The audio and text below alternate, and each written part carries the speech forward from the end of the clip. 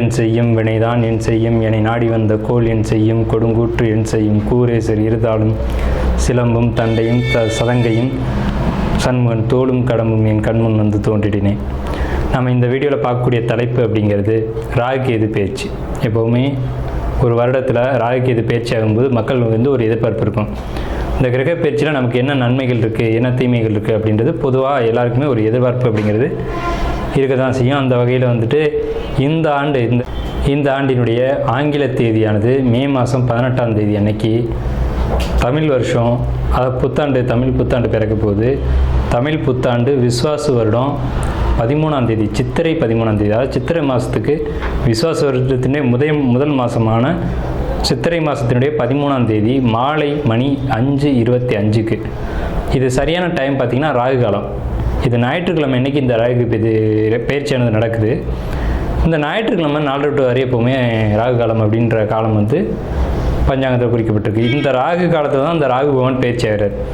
ராகு பகவான் எங்கேருந்து பயிற்சி ஆகிறாங்க அப்படின்னு பார்த்தீங்கன்னா மீனத்துலேருந்து கும்பத்துக்கு பயிற்சி ஆகிறாங்க, ஆன்டி கிளாக் வைஸ், அதை எதிர் சுற்று வழியாக. அதே சமயத்தில் கண்ணியில் இருக்கக்கூடிய கேது பகவான் சிம்மத்துக்கு பயிற்சி ஆகிறாங்க. இப்போ இந்த ராகு கேதுக்கள் அப்படின்ற பிளானட் வந்து உங்களுக்கு உபயராசிகள்னு சொல்லக்கூடிய மீனத்திலையும் கண்ணிலையும் இவ்வளோ ஆண்டு காலம் இருந்துட்டு, இந்த 13 மாதங்கள் இருந்துட்டு பயிற்சி வந்து சிறராசிகள்னு சொல்லக்கூடிய கும்பத்துக்கும் சிம்மத்துக்கும் பயிற்சி ஆகிறாங்க. இந்த ராகுகேது பயிற்சி எப்போவுமே 180 பாகை நேர் எதிர் சுற்றில் தான் பயிற்சி ஆகும். கண்டிப்பாக மிருகஷீடம் ரிஷபம், மிருகஷீடம் வச்சுருக்காங்க ரிஷப ராசிக்காரங்க. மிருகஷீடம் 1 மற்றும் 2ஆம் பாதம் ராகுகேது பயிற்சி எப்படி இருக்கும்? ரிஷபத்தில் மிருகஷீடம் வச்சுருக்க 1-2 பாதங்களுக்கு ராகுகேது பயிற்சி எப்படி இருக்கும் அப்படின்னு பார்த்தீங்க அப்படின்னா, கண்டிப்பாக ஒரு நல்ல தனவரவு, பொருளாதார உயர்வு இதெல்லாம் கொடுக்கும். திடீர் தன அதிர்ஷ்டங்களை கொடுக்கும், யோகத்தை கொடுக்கும், பொருளாதார வரவையும், புதிய வீடு, புதிய வாகனம், புதிய சொத்து சேர்க்கைக்கான அமைப்பை கொடுக்கும். அதே சமயத்தில் வீடு பழுது பார்க்குறது, வீடு வந்து புதிய வீடுகளில் குடியேறக்கூடிய ஒரு அமைப்பு அப்படிங்கிறது நிச்சயமாக கொடுக்கும். உங்களுக்கு திருமண வாழ்க்கையில் சின்ன கருத்து வேறுபாடுகள் இருந்தால் அதை சரி செஞ்சு கொடுக்கும். பெண்களை பொறுத்த வரைக்கும் புதிய திருமணம் ஆகக்கூடிய வாய்ப்புகள் உண்டு. புதுசாக வந்து மேரேஜுக்காக வெயிட் பண்ணக்கூடிய குழந்தைங்களுக்கு திருமணம் அடையக்கூடிய வாழ்க்கை அமைப்பு உண்டு. அதே நேரத்தில் எச்சரிக்கையாக திருமணம் செய்யணுன்ற அமைப்பும் உண்டு. திருமண விஷயத்தில் மிருகஷீடம் 1-2 பாதங்கள் எச்சரிக்கை. இந்த ராகுகேது பயிற்சியில் ரிஷபராசிக்கு உண்டான பலன்களை இந்த வீடியோவில் பார்க்குறோம். ரிஷபம் அப்படின்னா என்ன ராசி அப்படின்னு கேட்டிங்கன்னா, படித்து பாழா போனதுக்கு ஆடு மேய்ச்சி ஆளாகிறேன்னு சொல்கிற ராசி தான் ரிஷபராசி. எப்படிங்க? படித்து பாழா போனதுக்கு ஆடு மேய்ச்சி ஆளாகிறேன் அப்படின்னு சொல்லக்கூடிய ராசி வந்து ரிஷபராசி. ஏன்னா ரிஷபத்தின் வடிவம் அப்படிங்கிறது காளமாடு சின்னமாக கொடுத்துருக்காங்க. இவங்க ஆடு மாடுகள் வளர்க்கக்கூடிய ஒரு ட்ரெண்டிங்கில் ஒரு ஆளுங்க. இப்போ இன்றைக்கி காலகட்டம் எப்படி போயிட்டுருக்குன்னு பார்த்தீங்கன்னா, வெளிநாடு போய் ஐடிலாம் படிச்சுட்டு தொழிலாம் பார்த்துட்டு 50 லட்சம் 60 லட்சம் சம்பளம் வாங்கிட்டு வேணான்னு சொல்லி போட்டு அதை தூக்கி எறிஞ்சிட்டு ஆட்டு பண்ண வைக்கிறேன், மாட்டு பண்ண வைக்கிறேன்னு சொல்லக்கூடியவங்களாம் யாருன்னு கேட்டிங்கன்னா ரிஷபராசிக்காரங்க தான். சரிங்க சார், இப்போ அப்படி சொல்லிட்டீங்க, லாபம் கிடைக்கும் அப்படின்னு கேட்டிங்கன்னா கண்டிப்பாக லாபம் கிடைக்கும். சரி, இப்போ இந்த ராகுகேது பயிற்சி மே மாதம் 18ஆம் தேதி அன்னைக்கு, விஸ்வாச வருஷம் சித்திரை மாதம் 13ஆம் தேதி அன்னைக்கு மாலை மணி 5:25க்கு கரெக்டாக ராகு காலத்தில் ராகு பகவான் தன்னுடைய மீன ராசியிலேருந்து கும்பராசிக்கும், கேது பகவான் கன்னியிலேருந்து சிம்ம ராசிக்கும் பயிற்சி ஆகி வராங்க. இந்த பயிற்சி ரிஷபராசிக்கு எப்படி இருக்கும்? ரிஷபம் அப்படிங்கிறது 2வது ராசி. 2ன்றது வாய் அப்படின்னு சொல்லலாம், 2ன்றது வருமானம் அப்படின்னு சொல்லலாம், 2ன்றது பொருளாதாரம் அப்படின்னு சொல்லலாம். எப்போவுமே பொருளாதார சிந்தனைகளை கொண்ட ரிஷபராசி எப்படி இருக்க போகுது? பொருளாதாரம் உயருமா, வீழ்ச்சி அடையுமா, தப்பிக்குமா, பிரச்சனைகளை மாட்டுமா அப்படிங்கிறத நம்ம பார்க்குறோம். அதாவது பொதுவாக இது வரைக்கும் என்ன கவனிச்சிருப்பீங்க அப்படின்னா, ரிஷபம் நமக்கு இப்போதைக்கு பிரச்சனை இல்லைன்னு நினச்சிட்டு இருப்பீங்க. அப்படிலாம் இல்லை. முழுமையான பலன்களை கேட்டு ஒரு முடிவுக்கு வாங்க. ஃபஸ்ட்டு நான் என்னுடைய கருத்துக்களை சொல்லிடுறேன். இந்த ராகுகேது பயிற்சியில் நன்மை அடையக்கூடிய ராசிகள் அப்படின்னு பார்த்தீங்கன்னா, மேஷம், மிதுனம், விருச்சிகம், மகரம், தனுசு, மீனம். இந்த 6 ராசிகளும் நன்மைகளை அடைய போகுது. குறைவான நற்பலன்களை அடையக்கூடிய ராசிகளில் முதல் இடத்துல ரிஷபம், கடகம், சிம்மம், கன்னி, துலாம், கும்பம். இந்த 6 ராசிகளும் நியூட்ரலான பலன்களை அடைய போகுது. சரிங்க சார், ஏன் சார் அப்படி சொல்கிறீங்க? ரிஷபத்துக்கு நியூட்ரலா அப்படின்னு சொல்கிறீங்களே அப்படின்னா, ரிஷபராசிக்கு 4ஆம் இடத்துக்கு எது, 10ஆம் இடத்து ராகு, 2ஆம் இடத்து குரு, 11ஆம் இடத்து சனி. உங்கள் ராசிக்கு 8 கூடைய குரு பகவான் 2ஆம் இடத்துக்கு வந்திருக்காங்க. 8ஆம் இடம்ன்றது நல்ல இடங்களா? கண்டிப்பாக கிடையாது. அசிங்க, அவமானம், கெட்ட பேர் இதெல்லாம் கொடுக்கக்கூடிய இடம். அப்போ 8 கூடையவன் 2ஆம் இடத்துக்கு வந்து 4ஆம் இடத்துல கேது இருந்து என்ன செய்யும் சார் அப்படின்னு கேட்டிங்க அப்படின்னா, வேலை செய்யக்கூடியவங்க, குறிப்பாக ஐடியில் ஒர்க் பண்ணக்கூடியவங்க, பேச்சில் தேவையில்லாத வாயை கொடுத்து மாட்டிக்கிட்டு லேடிஸ் பிரச்சனையினால, பெண்கள் பிரச்சனையினால, இந்த பொண்ணை பற்றி நான் பேசினேன் அது எனக்கு பிரச்சனை ஆயிடுச்சு அப்படின்னு சொல்லக்கூடிய காலகட்டம் இந்த ரிஷபராசிக்கு ராகுகேது பேச்சு கொடுக்கும்.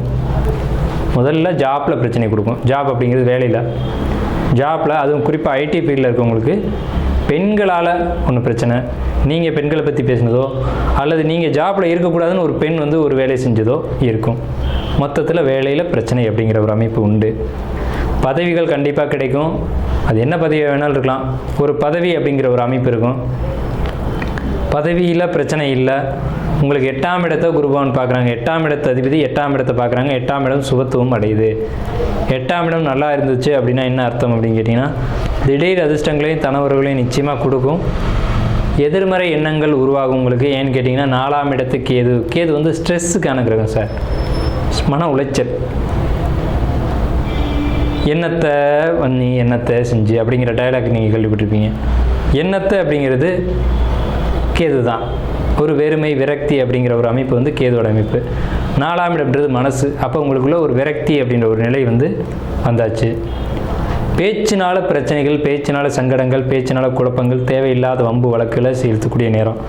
குறிப்பாக அரசியல்வாதிகள் அதிகபட்சமாக ரிஷபத்தில் இருப்பீங்க. அரசியலுக்கான கிரகம் ரிஷபம். அரசியல்வாதிகள் பேச்சினால சிக்கக்கூடிய காலகட்டம். பேசக்கூடாததை பேசி, இப்போ சமீபத்தில் கூட அந்த மாதிரிலாம் நிகழ்வுகள் நிறைய நடக்குது.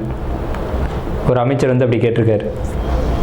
ஒரு சொல்லக்கூடாத ஒரு வார்த்தையை சொன்னார். அதுக்கு இன்னொரு தலைவர் கேட்டார், இந்த வார்த்தையை சொல்கிறாரே அவர் இந்த இதாக எடுத்துக்கலாமா அப்படின்ற மாதிரி கேட்டிருந்தாங்க.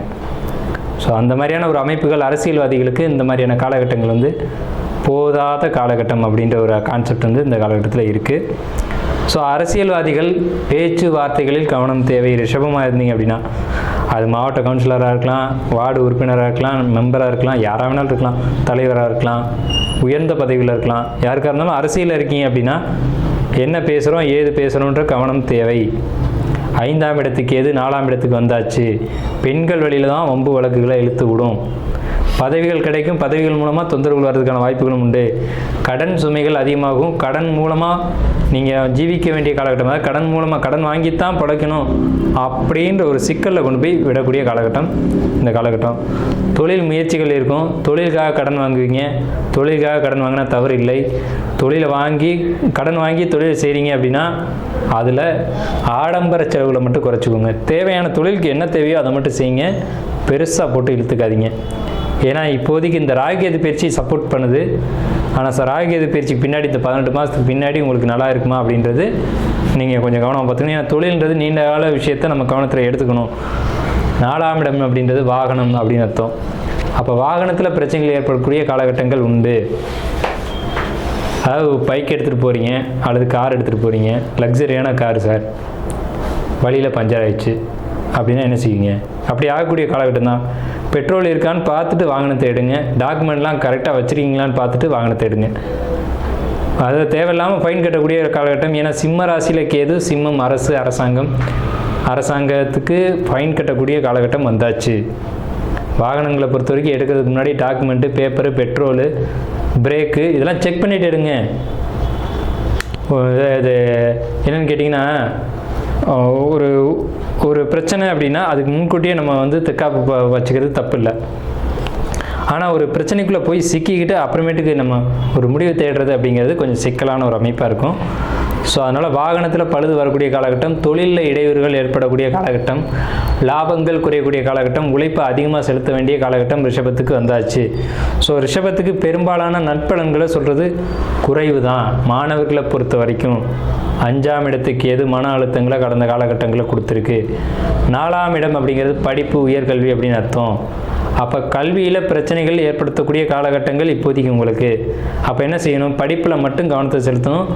படிப்பை தவிர்த்த மற்ற காரியங்களில் நீங்கள் கவனம் செலுத்த வேண்டாம் அப்படிங்கிறது தான் நம்மளுடைய கருத்து.